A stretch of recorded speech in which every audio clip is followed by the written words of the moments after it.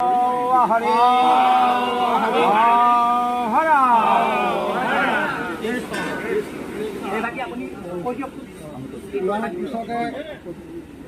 বাকী আমাৰ আৰু এভাগী উপহাৰ দিবলৈ আছে। আমাৰ গণেশ চুতীয়া প্ৰভুৱে তেখেতক দিবলৈ আমি সেৱা ধৰিছোঁ। কৃষ্ণ কৃষ্ণ কৃষ্ণ প্ৰভু আই সমস্ত আমি আপোনালোকক কি জনাম।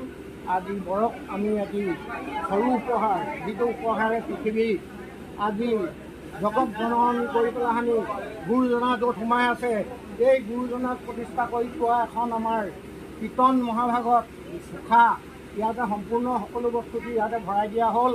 গতিকে তেওঁলোকে গোটেই জীৱনত আইগৰাকীক লৈ সংসাৰ তৰি এই ভাগকে শিৰগত কৰি তেওঁলোকে গোটেই জীৱনটো সংসাৰ কৰিবৰ কাৰণে এটা উপায়, এই উপায়টো তেওঁলোকে যে এই ভাগি আলমাৰীত ভৰাই নথৈ পুৱা গধূলি অকণমান অনুকৰণ কৰি সকলো পদ প্ৰাৰ্থনা সকলোবিলাক মুখস্থ কৰি গুৰু ভকতক সেৱা কৰিবৰ কাৰণে আমি তেওঁলোকলৈ সেৱা জনাইছোঁ।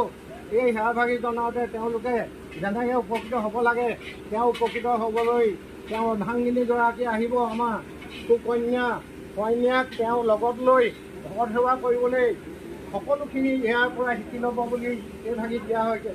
এই কিতাপ ভাগি যদিও সৰু, ইয়াত সাৰ মৰ্ম বহুত গভীৰ। গুৰুজনা ইয়াতে আছে, মুখা দেখিলে ইয়াতে মুখা ভাগি আছে, ইয়াতে গুৰুজনাৰ মাধৱখনৰ মুখাখিনি ইয়াতে আছে, মাধৱ গুৰু ইয়াতে লিখিছে।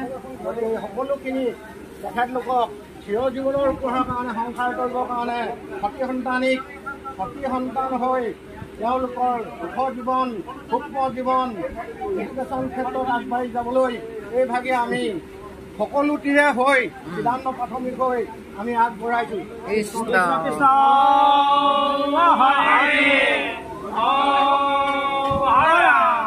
কৃষ্ণ